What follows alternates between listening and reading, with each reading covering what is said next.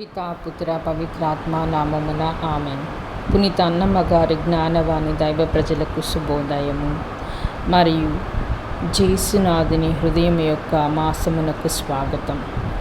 ఈరోజు మనము యేసు తిరు హృదయాన్ని గౌరవిస్తున్నాము, ఆరాధిస్తున్నాము. హృదయం అనగా మనకు గుర్తుకు వచ్చేది ప్రేమ. కనుక జేసు తిరు హృదయాన్ని ధ్యానించడం అంటే ప్రేమ, దేవుని దయ, కనికరము ధ్యానించటమే. బైబిల్లో హృదయం అనే పదము 1000 సార్లు వాడబడింది. కొన్నిసార్లు మాత్రమే శరీరంలో ఒక భాగమైన హృదయంగా వాడబడింది.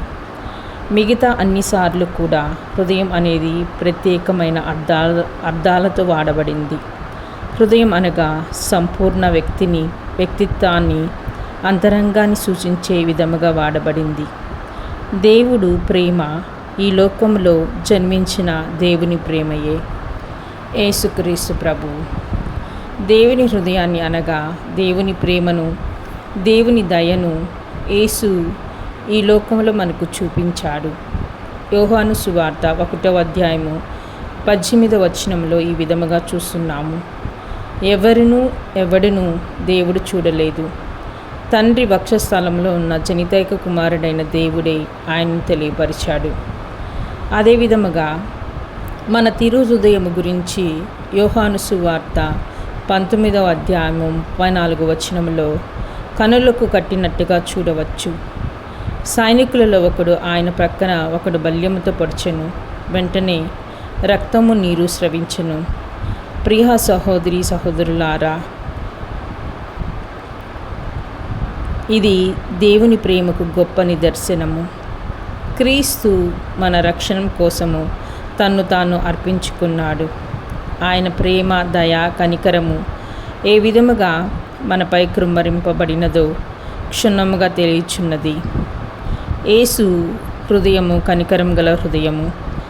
బైబిల్లో కనికరం అనగా లోతైన హృదయాంతరంగంలోని భావము. ఒక తల్లి తన బిడ్డల బాధను అనుభవించగలదు. అలాగే దేవుడు మనలను ప్రేమిస్తున్నాడు. దేవుని ప్రేమ ఫలితము జీవం. మనము జీవించినట్లు దేవుని ప్రేమ చేయుచున్నది. ఈ విషయాన్ని మనము లూకా సువార్త 7వ అధ్యాయము 11వ వచనం నుంచి 17వ వచనంలో చూడవచ్చు.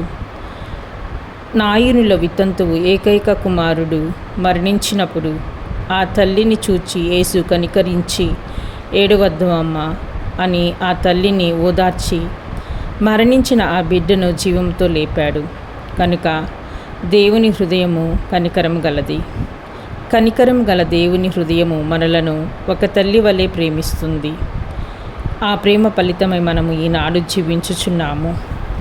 ప్రభు ఎల్లప్పుడూ మనలను ప్రేమతో, కనికరముతో చూస్తూ ఉంటాడు. కనుక ఆయన హృదయము కనికరమైనది. మనలోని పాపాలను, గాయాలను ఆయనకు చూపిస్తే ఆయన మనలను క్షమిస్తాడు.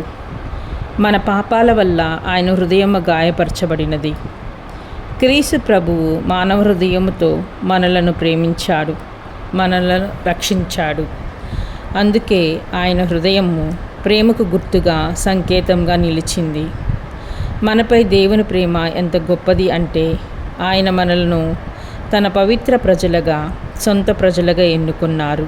కనుక ప్రియ సహోదరి సహోదరులారా, దేవుని ప్రేమను, కనికరమును మనము పొందాలి అంటే దేవుని యొక్క ప్రేమ మన హృదయాల్లో కలకాలం నిలిచిపోవాలి. మన హృదయం అంతా దేవుని ప్రేమతో నిండి ఉండాలి. అంటే మనం తిరిగి దేవుని ప్రేమించాలి. మన హృదయాలను దేవునికి తెరుద్దాం. తిరు హృదయాన్ని అంకితం చేద్దాం. దేవుని తోటి వారితో సఖ్యత పడదాం. పిత